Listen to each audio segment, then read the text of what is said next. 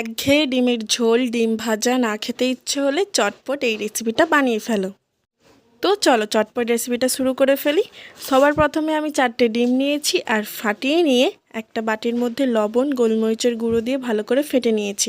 তারপর একটা কৌটোর মধ্যে একটু তেল মাখিয়ে নিয়ে ওই ফেটে রাখা ডিমটা দিয়ে 15 থেকে 20 মিনিটের জন্য ভাপিয়ে নিয়েছি।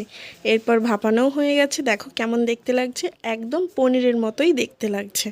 এরপর একটা প্লেট নিয়ে ওর মধ্যে উল্টে দিয়ে ঢেলে নেব। তারপর একটা ছুরির সাহায্যে একদম পনিরের পিসের মতো টুকরো টুকরো করে কেটে নেব। ওর উপরে একটু লঙ্কা গুঁড়ো দিয়ে ভালো করে মাখিয়ে নিয়ে গরম গরম তেলে ফ্রাই করে নেব। তারপর আর কি ওই তেলের মধ্যেই শুকনো লঙ্কা, গোটা গরম মশলা দিয়ে পেঁয়াজ কুচি দিয়ে দেব, আদা রসুনের পেস্ট দিয়ে দেব, একটু টমেটো কুচিও দিয়ে দেব, আর দেব লঙ্কা গুঁড়ো, হলুদ গুঁড়ো। পরিমাণ মতো লবণ দিয়ে মশলা কষানো হয়ে গেলে ডিমগুলো দিয়ে একটু ফুটিয়ে নিলেই একদম তৈরি ডিম ভাপা।